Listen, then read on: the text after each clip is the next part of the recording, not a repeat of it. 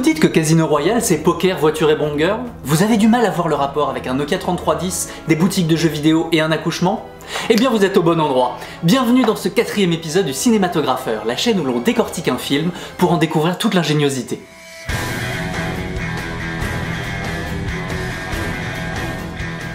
Aujourd'hui est un épisode un peu particulier parce qu'on va parler d'un film fait par un réalisateur qui est pas très bon. J'ai nommé Martin Campbell. Il suffit de voir Green Lantern pour comprendre que ce type n'est pas un génie, mais bon, il est loin d'être nul. C'est un faiseur. Comme on le disait dans l'épisode 0, un tâcheron. Celui qui fait ce qu'on lui demande sans trop se poser de questions. Il filme son plan de telle façon parce que c'est joli et ça lui convient très bien. Et régulièrement, en fait, il va avoir de bonnes idées de mise en scène de façon sporadique. En fait, ce qui m'intéresse beaucoup dans ce film, c'est qu'il est le fruit d'une rencontre. Une rencontre entre la productrice Barbara Broccoli, lassée des excès bondiens des 3 films précédents, elle a d'ailleurs produit le film sans même en parler à Pierce Brosnan, et de Paul Haggis, un très grand scénariste qui a beaucoup travaillé avec Clint Eastwood, notamment sur Million Dollar Baby, Lettres d'Iwo Jima et Mémoire de nos pères. Ce dernier étant un film qui s'interroge énormément sur l'image et le sens qu'on projette dessus. Dans Mémoire de nos pères, il s'agissait de la fameuse photo de ces soldats hissant le drapeau américain à Iwo Jima. C'est une réflexion sur l'image, les médias et leur influence sur la société contemporaine qu'on va en fait beaucoup retrouver dans Casino Royale. Allez, on commence par un petit récap comme d'habitude. Attention, on spoile tout pour mieux comprendre l'analyse. C'est parti!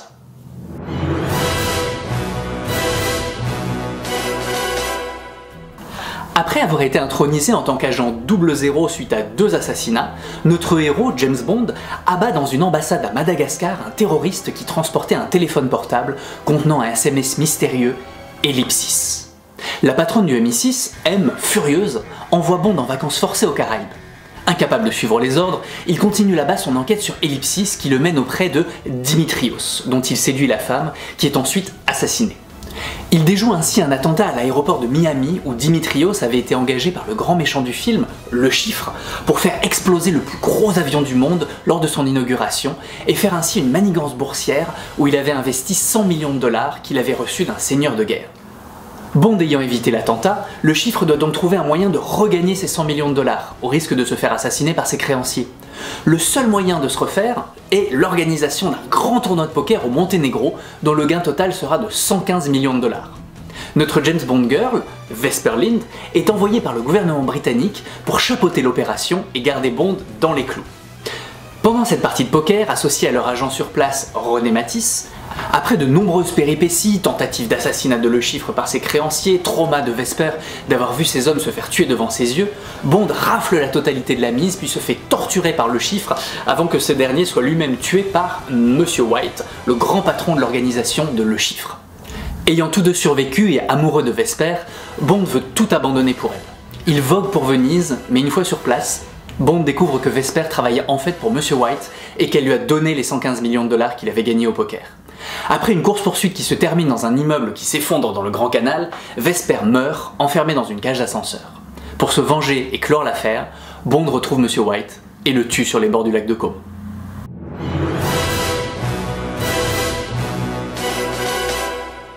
Tout le principe du film, et du scénario en fait, c'est qu'il va se poser la question de comment recréer ce personnage qui nous est si familier.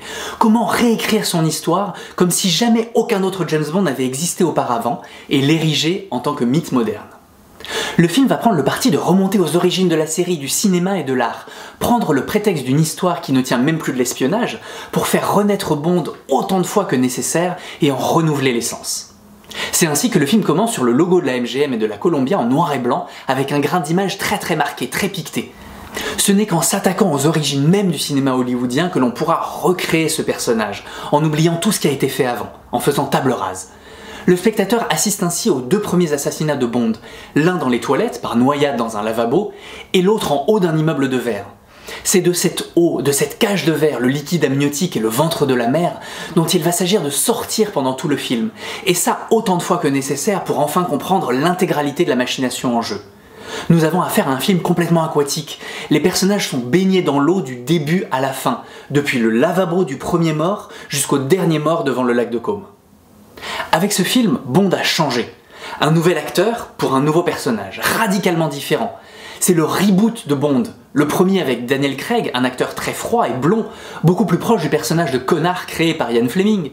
Beaucoup de répliques d'ailleurs sont directement tirées des livres de Ian Fleming dans le film, jusqu'à la commande de son premier cocktail, qui ressemble pas du tout encore à celui qu'on connaît si bien. 3 measures of Gordon's, 1 of vodka, half a measure of quinoa lily, shake it over rice and then add a thin slice of lemon peel.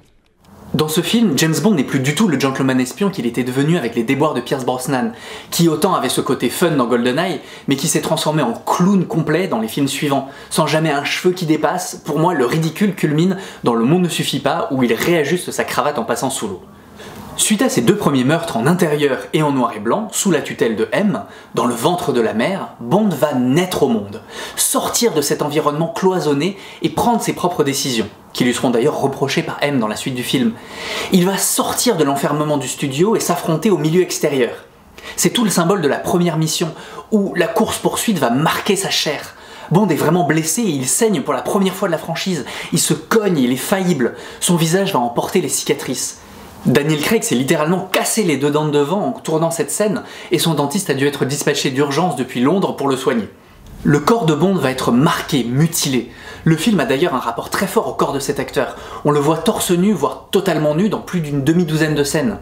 Bond combat à présent à main nue, laissant complètement de côté son fameux Walter PPK et les gadgets qui avaient fait sa gloire. Q a d'ailleurs complètement disparu du film. Bond se constitue en héros de chair et d'os.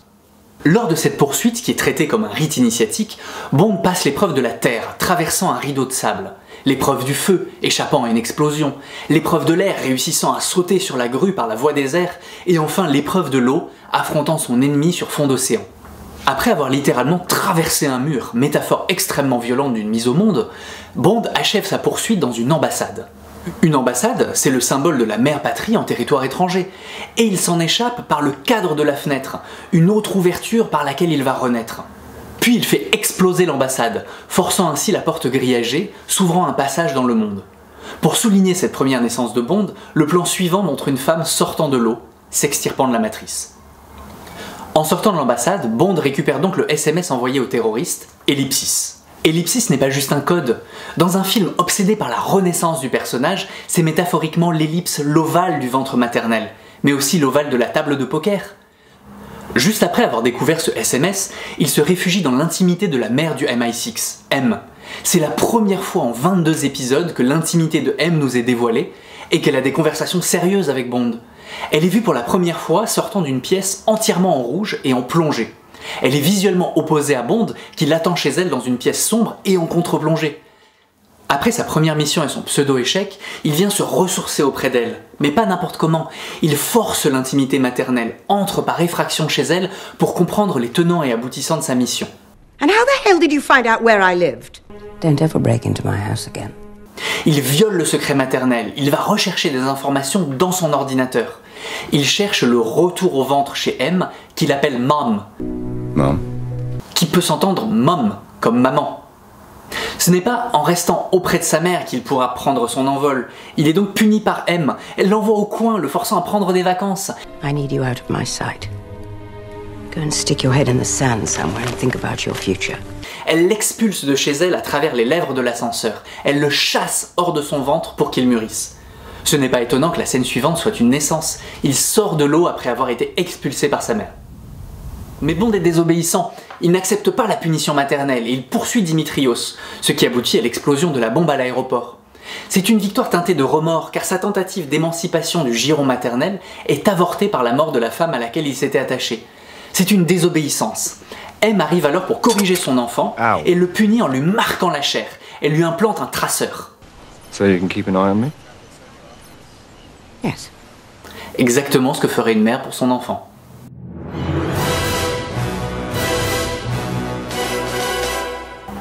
Avec Casino Royale, tout a changé.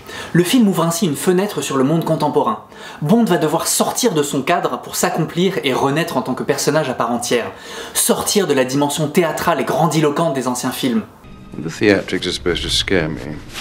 Pour entrer de plein pied dans la dure réalité, dans un monde que l'on ne maîtrise plus, car les enjeux ne sont plus comme avant. Do you believe in God, Mr. Le Chiffre? No. I believe in a reasonable rate of return. Les pays n'ont plus de sens. L'intrigue principale du film parle de manipulation boursière et de terrorisme international. Les enjeux qui se cachent derrière sont d'ailleurs très demandeurs au niveau de la compréhension du spectateur. J'avoue que, à l'époque, j'avais pas vraiment compris pourquoi le chiffre avait besoin de faire cette partie de poker. Ça me paraissait complètement abstrait quand j'avais vu le film au cinéma à l'époque. Tout l'arc avec le chiffre est en fait une immense opération boursière. L'organisation de Mr. White est en fait une banque pour terroristes. Les terroristes lui donnent de l'argent et ils peuvent le récupérer n'importe où sur la planète et faire des transactions, comme acheter des armes ou des mercenaires, ce qu'on pourrait évidemment pas faire avec une banque normale. Au début du film, le chiffre reçoit 100 millions de dollars d'un seigneur de guerre en Ouganda. Mais plutôt que de les déposer dans la banque pour terroristes de Mr. White, il décide de les investir dans du short selling. I have the money, so short another 1 million shares of Skyfleet stock. Sir, you must know you're betting against the market. No one expects this stock to go anywhere but up. Just do it.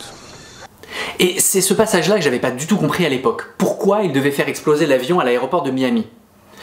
En fait, le short selling, c'est une opération qui consiste à emprunter au marché des actions, mais sans les posséder, en anticipant une baisse du cours de cette action pour les revendre par la suite à leurs propriétaires au cours du marché. Et la baisse du prix de l'action entre le moment de l'emprunt et le terme de l'emprunt permet de dégager une plus-value. Ça revient à parier contre le cours d'une action, et on gagne de l'argent si le cours baisse. Ce qui arrive en général si la compagnie en question ne fonctionne pas très bien, ou alors si vous faites exploser leur avion expérimental à l'aide de terroristes. Si ça vous semble pas très clair, je vous invite fortement à vous renseigner sur ce qui s'est passé très récemment avec l'action GameStop. L'équivalent américain de Micromania, c'est exactement ce qui se passe dans le film. En fait, le point intéressant dans ce scénario, c'est de ramener Bond dans des enjeux beaucoup plus modernes. On passe d'un le chiffre espion russe qui doit gagner le tournoi de poker parce qu'il a fait faillite en tentant d'ouvrir une chaîne de bordel dans le roman original de Ian Fleming, à un expert des manipulations boursières qui n'hésite pas à employer le terrorisme pour arriver à ses fins dans cette nouvelle version. Revenons à notre film, à l'éducation politique de notre héros qui entre dans un monde donc totalement nouveau par rapport aux anciens films de la franchise. L'espionnage russe est bien loin derrière, les méchants n'ont plus de pays. Et ça c'est matérialisé par la scène de l'attaque de l'ambassade au début du film. L'ambassade, qui est le symbole même de l'identité d'un pays, est pulvérisée. You stormed into an embassy. You violated the only absolutely inviolate rule of international relationships. Bienvenue dans ce nouveau monde où les frontières n'ont plus de sens. La partie de poker elle-même symbolise ça. À la table des relations internationales, tous les pays se font face. Les enjeux sont maintenant mondiaux. Peu importe de quelle nationalité vous êtes, ça n'a pas d'importance. Felix Leiter, qui appartient à la CIA américaine, va ainsi donner l'argent à Bond du MI6 britannique pour se recaver, ce qui était impensable avant. Le monde qui est dépeint dans Casino Royale est capitaliste au dernier degré. Il n'est question que de mallettes d'argent, de transactions boursières, de casinos, de poker, de paris sur un combat entre le serpent et la fouine, de trahison vénale, et j'en passe. La première phrase de Vesper est littéralement « I'm the money ». I'm the money. Bond reste très loin de ces considérations. Il n'accepte pas ce monde et il tente à de multiples reprises de s'en échapper. Tentative qui se solde à chaque fois par la mort d'un être aimé. La femme de Dimitrios qui meurt torturée. Puis Vesper avec laquelle il essaye de stopper le temps, d'abord sur la plage où il propose de démissionner, puis à Venise. Mais afin de devenir un nouveau Bond, celui que nous connaissons, il doit faire son éducation par la douleur, tant physique que morale. Il doit laisser de côté sa dimension humaine pour incarner sa dimension mythique de personnage de film. Afin de faire son éducation, Bond doit prendre la mesure de ce nouveau monde qui s'offre à lui, un univers dominé par les médias et les télécommunications.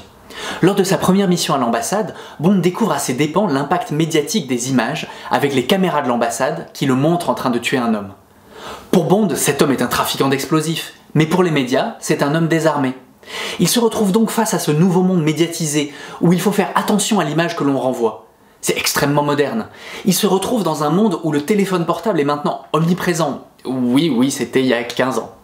Le portable devient le nouveau moteur de la fiction. Elle va avancer à travers lui. C'est par un SMS sur le portable qu'il trouve dans le sac du terroriste tué à l'ambassade qu'il apprend l'existence d'Ellipsis. C'est en comparant l'heure de ce SMS avec des caméras de sécurité qu'il trouve Dimitrios à Nassau. Il retrouve Ellipsis dans le portable de Dimitrios après l'avoir tué, et ça lui permet d'appeler ainsi le poseur de bombes sur son portable afin de le localiser dans la foule. C'est un téléphone portable qui fait exploser la bombe qui devait détruire l'avion Skyfleet, il communique avec M par téléphone portable, c'est par son portable qu'il peut suivre le traceur qu'il a mis dans la ventoline de Le Chiffre, Matisse fait arrêter les associés de Le Chiffre en faisant sonner un téléphone portable sur les cadavres qui sont dans le coffre de la voiture. C'est aussi par téléphone que se passe la scène du défibrillateur. Et c'est grâce au téléphone qu'aura laissé Vesper sur la commode à la fin du film et au SMS qu'elle a envoyé qu'il pourra comprendre sa trahison. Et dans les derniers plans du film, c'est grâce à un SMS envoyé par Vesper que Bond pourra retrouver Mr. White et qu'il l'appellera sur son portable juste avant de le tuer. Bond s'affronte à son ennemi par voie médiatique interposée. Le chiffre découvre l'existence de Bond grâce à un article sur internet, et Bond découvre le chiffre en piratant la base de données du MI6. De même, Bond voit Dimitrios pour la première fois sur un DVD de télésurveillance. Cependant, cette guerre médiatique ne fonctionne pas, et aboutit à la mort de la première Bond girl du film. La renaissance de Bond, sa sortie de l'eau face à elle n'était qu'illusoire, comme l'affrontement virtuel de la première partie du film.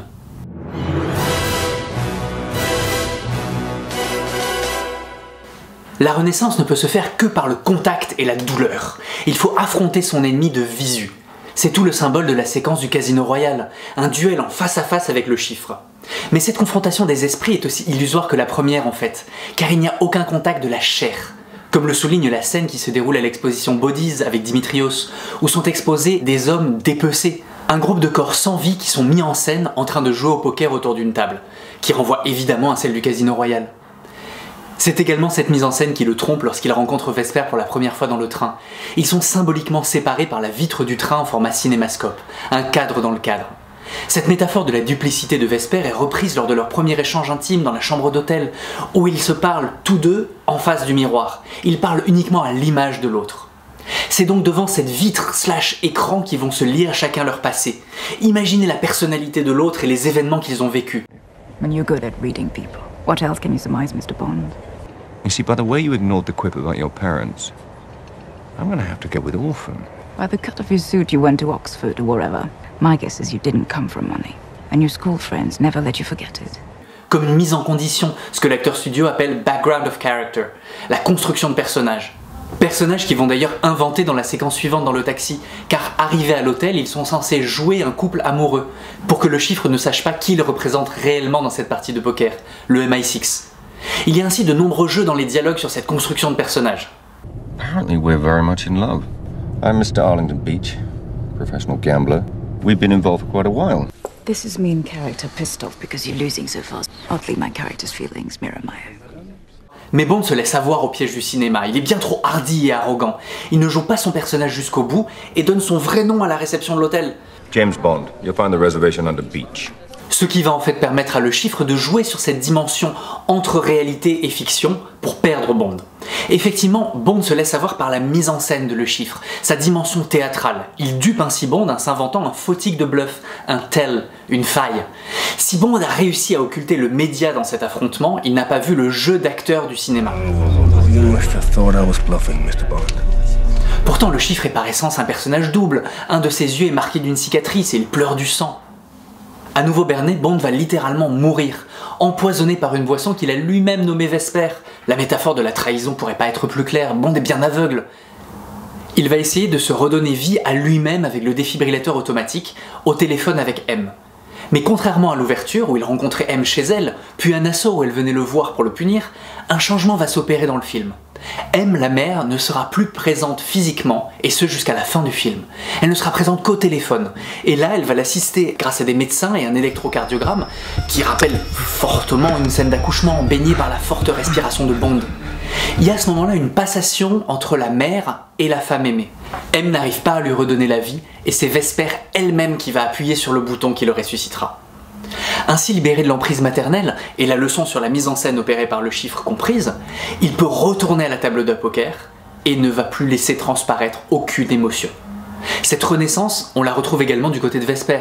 En effet, traumatisée par le meurtre des créanciers de le chiffre auquel elle a assisté, elle se réfugie sous la douche, en position fétale, où Bond vient la rejoindre l'enlaçant dans ses bras, formant ainsi un couple de personnages dont l'esprit a été marqué. Ils renaissent donc tous deux grâce à l'autre, ensemble et amoureux.